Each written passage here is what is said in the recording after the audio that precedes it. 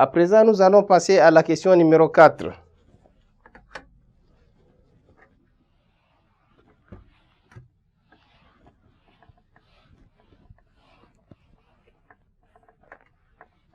On suppose que ces derniers partent toujours avec la même vitesse initiale V0. Calculez sa nouvelle vitesse VD lorsqu'il a parcouru la distance D égale à 25 mètres. Calcul de la nouvelle vitesse. Ça, c'est la question 4.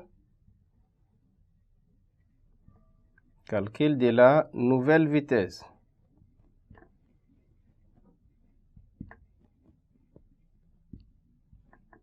VD. Et pour calculer la nouvelle vitesse VD, nous allons toujours appliquer le théorème de l'énergie cinétique. Avant, c'était entre l'état 1 et puis 0. Cette fois-ci, c'est entre l'état D et 0. Et sans perdre de vue qu'il y a, cette fois-ci, l'existence de la force de frottement.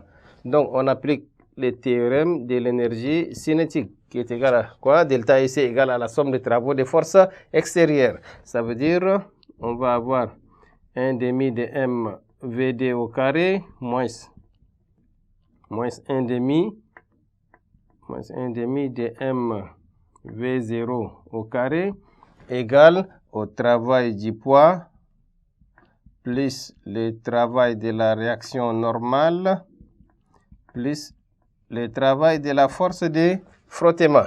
Le travail de la réaction normale est égal à 0 puisque la réaction normale est perpendiculaire au déplacement. Eh bien, chers élèves, on va avoir ici 1 demi de M un facteur de VD carré moins V0 carré égale au travail du poids. Il s'agit d'une descente, c'est égal à MGH moins F fois le déplacement. Parce que la force de frottement s'oppose au déplacement, donc moins F fois le déplacement.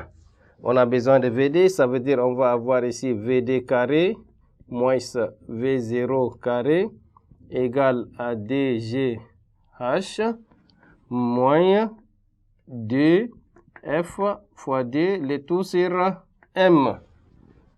Maintenant, on a besoin de VD. Donc, VD égale à la racine carrée. VD égale à la racine carrée de V0 carré plus DG. La hauteur H, c'est égal à D sinus alpha. DG, D sinus alpha. Moins df fois d, le tout sur m. On peut prendre d en facteur ou bien on peut directement calculer numériquement. Application numérique. Vd égale la racine carrée de d au carré plus d fois 9,8 fois 25 fois sinus de 30 degrés moins d fois 90 fois 25, le tout sur la masse 80.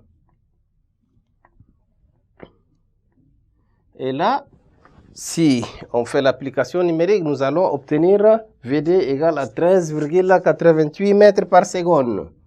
VD égale à 13,88 mètres par seconde. Maintenant, passons à la question numéro 5.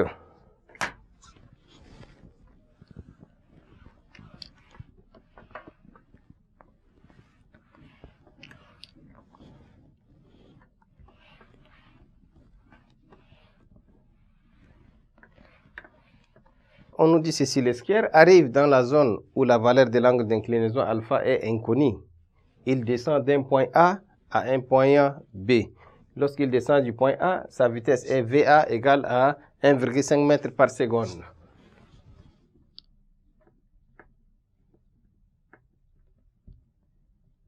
Sachant que VA égale à 1,5 mètres par seconde.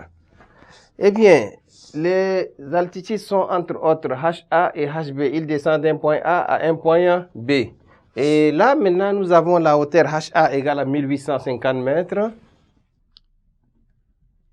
HA égale à 1850 mètres. Et nous avons une hauteur HB aussi. La hauteur HB est de 1780 mètres.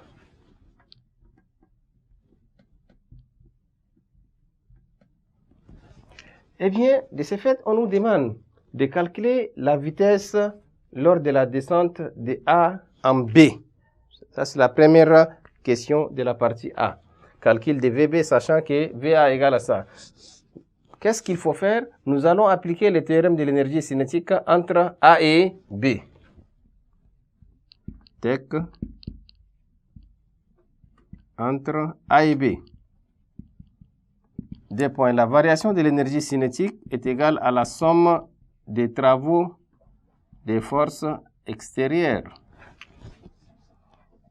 Eh bien, chers élèves, si on applique la variation de l'énergie cinétique entre A et B, qu'est-ce qu'il faut faire? Il faut avoir 1 demi de mvb carré moins 1 demi de mva carré égale au travail du poids plus le travail de la réaction. 1 demi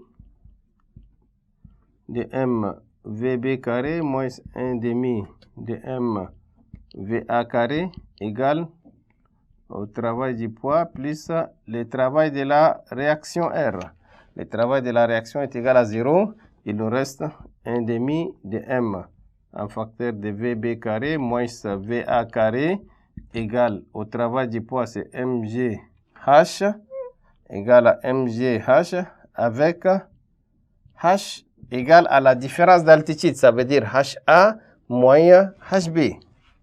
H égale à ha moins hb. H, si vous faites la différence, vous allez obtenir 70 mètres. Maintenant, on a besoin des VB. On simplifie les MM. Si on simplifie les MM, décidément, VB égale à la racine carrée de VA au carré plus DGH. Et là, on peut faire l'application numérique. Application numérique. VB égale à la racine carrée de VA. VA, c'est 1,5 au carré plus D fois 9,8 fois 70. 1,5 au carré plus D fois 9,8 fois 70 qui nous donne 37 mètres par seconde. VB égale à 37 mètres par seconde. Une fois calculé la vitesse au point B, on nous dit en fait, il arrive en B avec une vitesse V'B égale à 30 mètres par seconde. On suppose donc l'existence des forces de frottement de valeurs constantes pendant la distance AB. La question est de calculer la valeur de cette force. Calcul de la nouvelle force de frottement F, sachant que